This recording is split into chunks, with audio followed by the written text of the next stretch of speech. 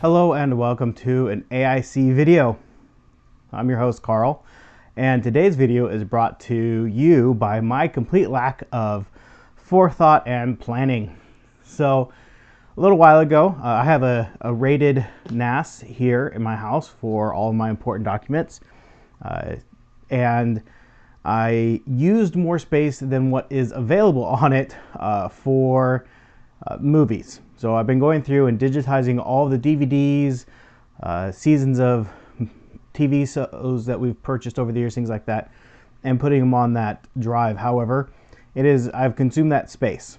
And so I was going to just add a couple of drives to this system to allow me, because it can have 2 more hard drives in it, that would allow me to just have the movies stored on my local system, then I could access them wherever I wanted on the network. However, I ran into several problems. First of all, I really didn't like that this case didn't have any additional cooling on those drives. They're not anywhere near a fan, and I already struggled with some heat issues in this case because it's so small. Every time I went to do any kind of rendering, things like that, my system would thermal throttle a little bit. I even upgraded my CPU cooler, and it just wasn't cutting it. So I wanted to upgrade my case as well, and then I ended up upgrading my system board, because this board, if you're using the M.2 drives, specifically this one here, it takes place of one of your SATA connectors, but I was already using 2 of them for the DVD drive as well as an SSD, so I only had 1 available SATA drive on here, so this motherboard just wasn't going to work for me. So I ended up upgrading my system board, I upgraded my case, which left me with several spare parts. And so I decided that, hey, I was going to build my kids a computer. And then I went out and I went shopping and realized I needed some additional pieces. So to do this build, a couple things I bought. I bought a new CPU. I have a Ryzen 3 3200G.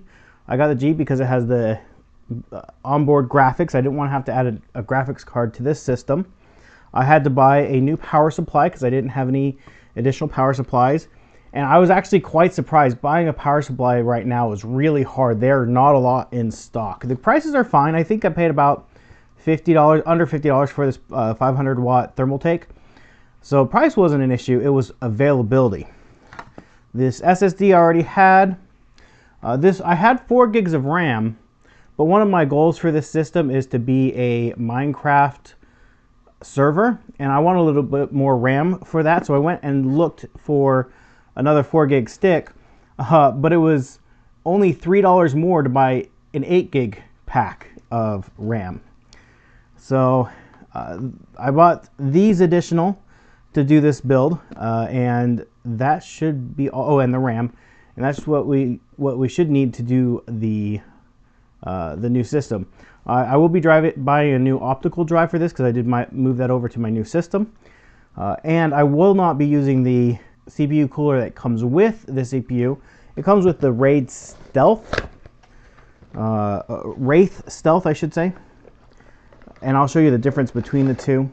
And it's an adequate cooler for this system, but I feel like, go back to the side, you can see that there's just a lot more meat to my old one from my old system. Plus it has a copper core, where this one is just all aluminum. So I feel like this one won't perform quite as well as this one in this case. So that is one of the things that we're not going to use from the new thing. For that back of the box. So we'll go ahead and put together the system. I'll probably time lapse a lot of this, so you don't have to sit there and watch me build in silence.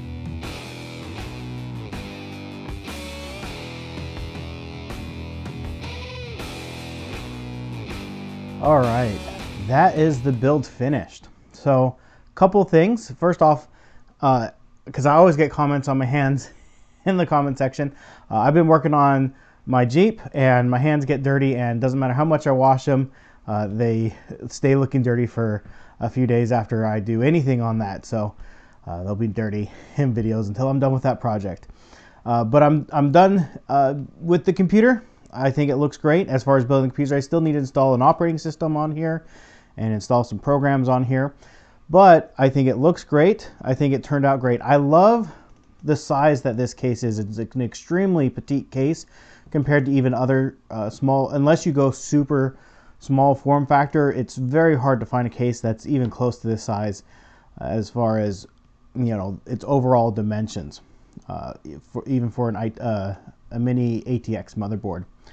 So with that though, there are some drawbacks. Number one is, like I said, with my other system, I did deal with some cooling issues. Nothing drastic, but it was maxing out some temperatures on the CPU when I had really long renders, things like that.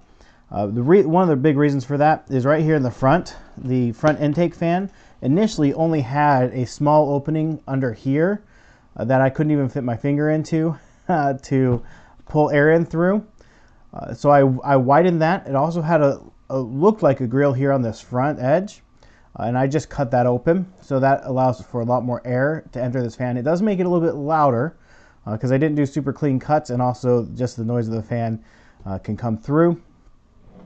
I also went ahead and found a wireless adapter that I had. It is Bluetooth 5.0 and AC6 compatible, and so it should be very fast and very quick over the network for things like the hopefully main purpose of this desktop is to be a Minecraft server. So that's what it's there for, and that should be fairly quick for that. I love building in this case if you have a fairly simple machine. The motherboard, the CPU don't need any cords other than the ATX power and the CPU power. If you're not running a dedicated graphics card, if you have an NVMe SSD and no optical drive, you would have almost no cables in this box at all. One of the drawbacks of having such a small case is cable management in this case is very difficult.